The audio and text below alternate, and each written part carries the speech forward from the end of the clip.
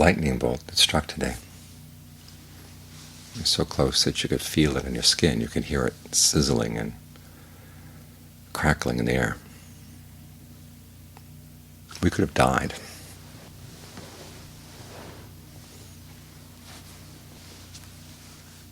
It would have been very sudden.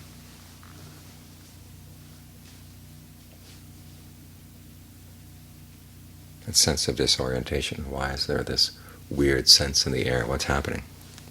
And it could have struck us. And that would have been it.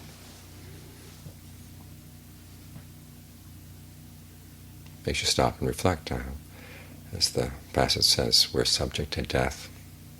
And in the Thai translation it actually says, death is normal. Happens all the time.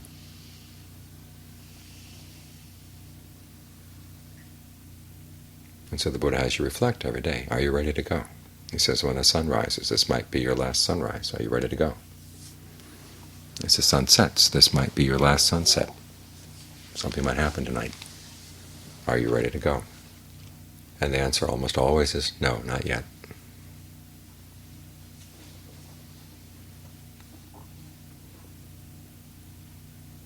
So when the answer is not yet, okay, what do you have left to do?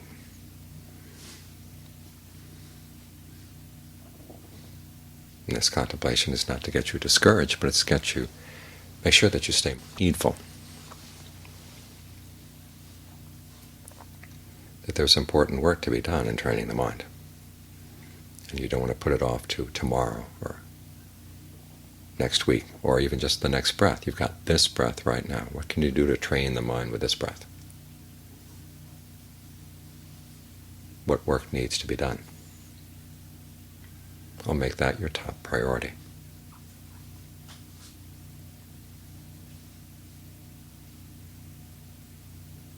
You probably noticed around here we have a lot of bowing, the chants to the Buddha, the Dhamma, the Sangha, every day.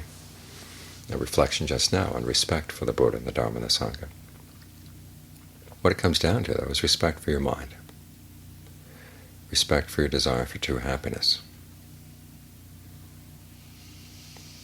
After all, that's how the Buddha ordered his life. He looked at what was important in his life, and he said, I've got to get my mind trained. If there's a possibility for true happiness, I want to give my life to that possibility. Then he tried various ways, ran into some dead ends. But ultimately he did find that it is possible through human effort to find true happiness.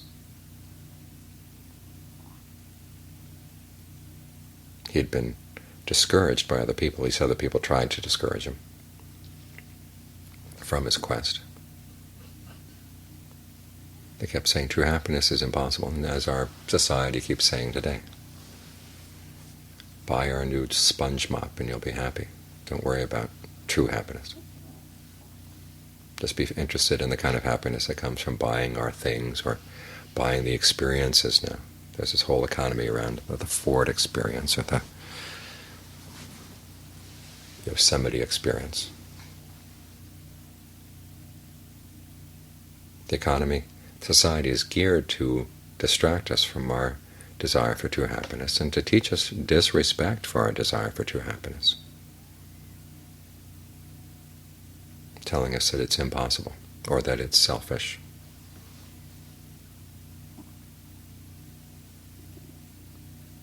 But when we respect the Buddha, we're respecting our desire that true happiness is possible, and I want to be able to do what I can to find it.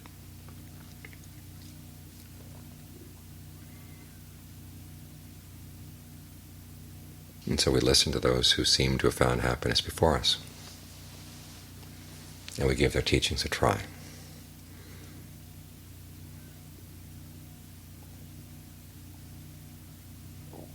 Buddhism is famous for allowing people to question things and to put things to the test.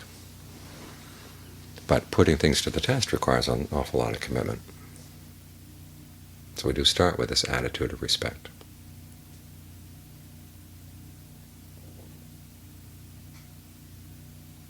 But again, the respect is directed not just outside, but also inside as well. So as John Sowat liked to say, As you sit down here, sit down with an attitude of respect for what you're doing.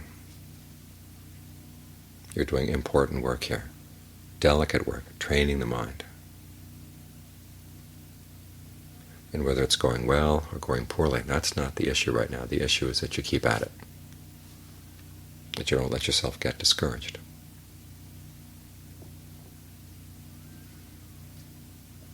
And you try to create the right conditions, both inside and out,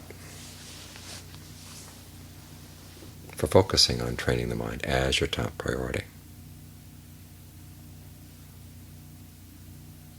In the text they talk about 4 factors. One is trying to find a person of integrity, to learn what you can from that person, so you don't have to keep reinventing the Dharma wheel every time you sit down. So you find a person of integrity, and then you listen to that person's Dharma. Now, it's not that you believe everything you hear. So the third factor is appropriate attention, as you subject that Dharma to the right questions. Does this Dharma sound like it's going to lead to the end of suffering, or is it going to get you entangled? Either in views or in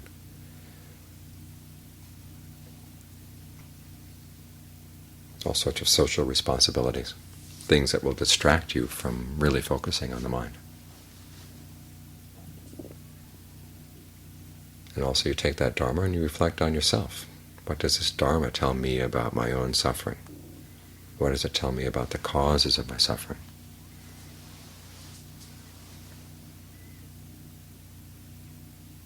This is an important part of the practice, is using the Dharma to question yourself. All too often we want to change the Dharma to suit our preferences. Measuring the Dharma against our own ideas. But you have to be willing to measure your own ideas against the Dharma, measure your own practices against the Dharma. So you can see which things that arise in the mind are your friends and which things are your enemies, which things actually help in the practice to put an end to suffering, and which parts of your mind, no matter how much you cherish them, are actually obstacles. And then the fourth factor is, once you see what needs to be done, then you do it. It's called practicing the Dharma in line with the Dharma. And again, you do what has to be done.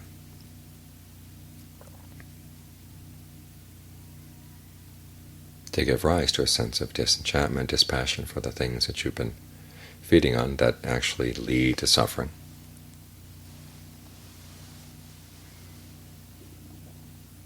And to see if what the Buddha said is true, that there really is a deathless element or a deathless dimension that can be touched in the mind. Well, he says not only touching in the mind, he calls it seeing it with the body, touching it with the body. In other words, you sense it with your whole range of experience.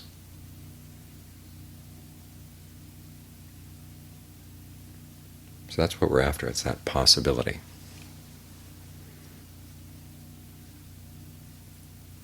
These 4 factors.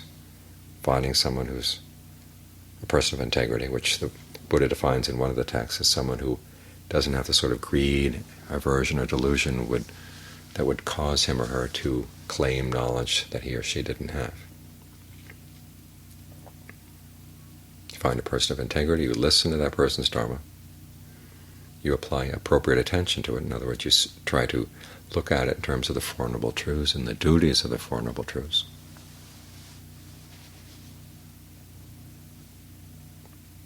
And then you look at your own life and say, okay, where does my life need to be changed? Which potentials in the mind should I develop, and which potentials in the mind should I let go?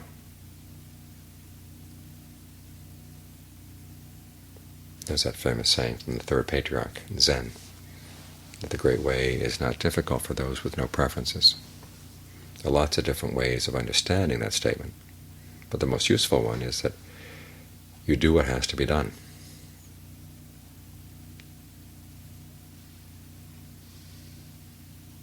If the path requires that you work on concentration, you work on concentration. It requires that you give up certain things that you like. You say, well, I'll try it, Try giving them up. See what happens.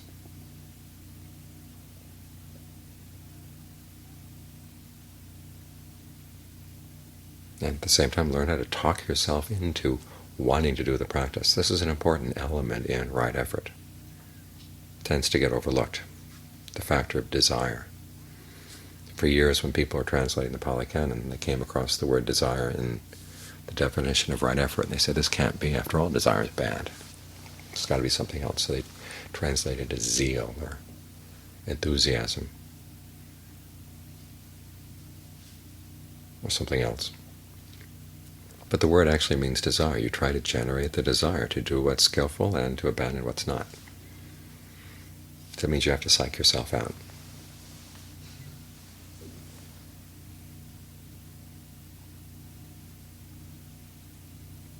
This is why there are lots of topics for meditation. We take the breath as our home base. That's the object we keep returning to, because, as the Buddha said, it's the best one for clearing unskillful states out of the mind. Like rain clearing the dust out of the air. But there are times when simply sitting here with the breath is not going to be enough.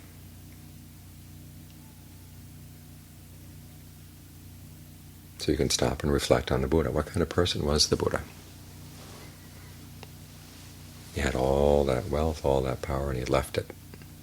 Went out in the forest, put himself on the line. When he came back, he offered his teachings for free. No suggested donations. No Dhamma talks. Anyone who came who needed to know the Dhamma, he would teach the Dhamma. He was that kind of person. So we're following the path that was taught by a person like that.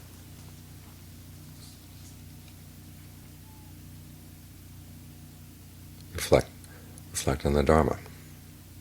That the practice of the Dharma, as I say, is good in the beginning, good in the middle, good in the end. It asks you to do things that are honorable, clear-headed, harmless, helpful, both to yourself and to people around you. Again, this path to happiness is very different from most of the paths to happiness that the world has to offer. Ones that say, well, you have to be willing to cut corners here and to take advantage of other people there and forget about your values, to do what you can to get ahead. That's not the kind of path we have here. It's a totally upright path, straightforward path, an honorable path. There's a dignity to following this path that you don't find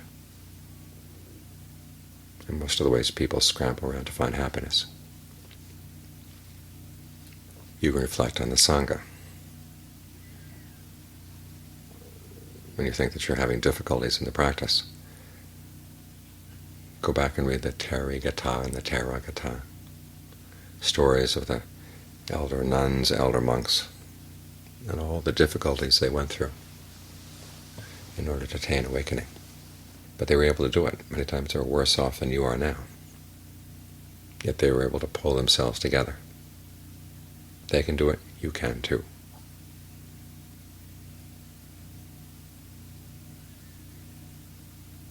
You can reflect on your virtue, the times in the past when you've done good things that you didn't have to do. Reflect on your generosity, the times when you were generous and you didn't have to be generous, either with material things or your time or your knowledge, your forgiveness.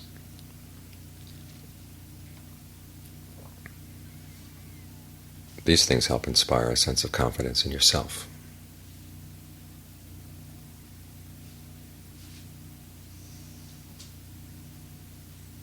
Because acts of generosity and acts of virtue are the basis for the path. So you've already got some of the basis already there under your belt.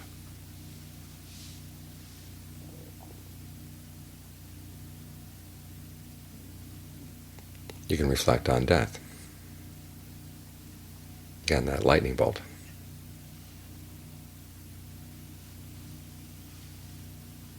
You could feel it in your body. It was taking over even before you knew what was happening. The body was reacting to it. Death can come in that way.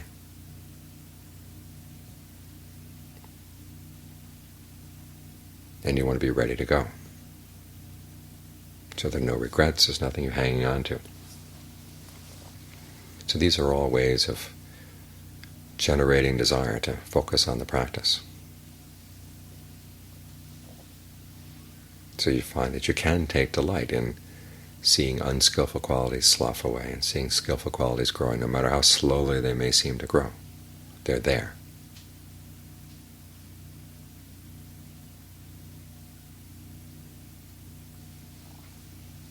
You've got something in the mind that's worth treasuring, worth protecting, worth nurturing.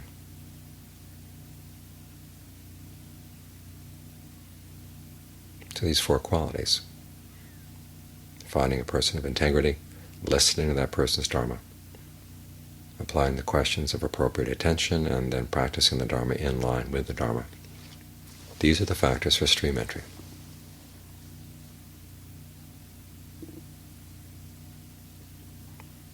These are the factors that will take you to the deathless. They call it reaching a footing or attaining a footing. The images of crossing a stream or crossing a river. In the beginning it's difficult because you have all kinds of currents coming down the river, and who knows what's in the river. I was close friends with a family in Thailand one time. Originally they had lived on a houseboat in the river outside of Ayutthaya, the Basak. And the youngest son in the family was a student of mine at the university when I was teaching there. And he'd been about a year old, sitting on the edge of the houseboat, and then he'd fallen into the river. And so his father jumped into the river to save him. The river was in flood at the time. And apparently there was a huge tree just under the surface of the river coming down the river, full speed. Knocked the father in the ribs. He died a day after that. So when they have the image in the canon of crossing a river, it's not just a nice placid river. They're talking about a big dangerous river. So there are bound to be all kinds of things knocking into you.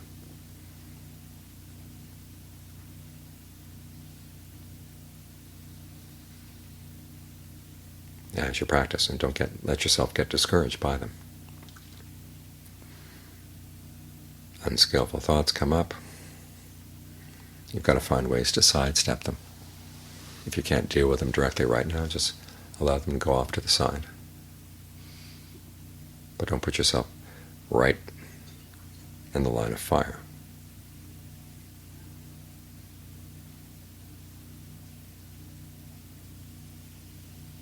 Whatever the techniques that are required, you try to master them. But eventually get to the point where you are to the other side, and finally you reach down and you can feel the bottom of the river. You're close to the shore. They call that coming ashore in the deathless, or gaining a footing in the deathless. That's the point where you know you're not going to be swept away by the river. And it's these very basic things that get you there.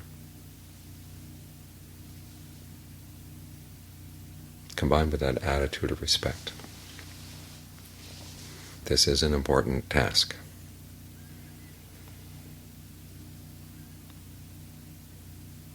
You want to have respect for your desire for true happiness, because it is possible. It is a worthwhile goal. And don't let anybody else, either inside or outside, tell you any different.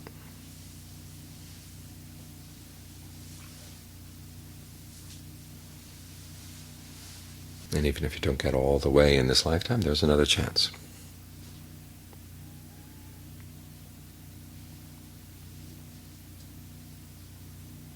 So the effort that's put into the practice is not wasted.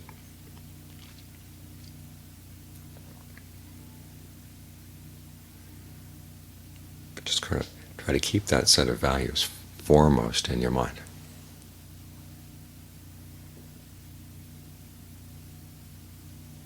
After all, the Buddha had a lot of compassion for your desire for true happiness.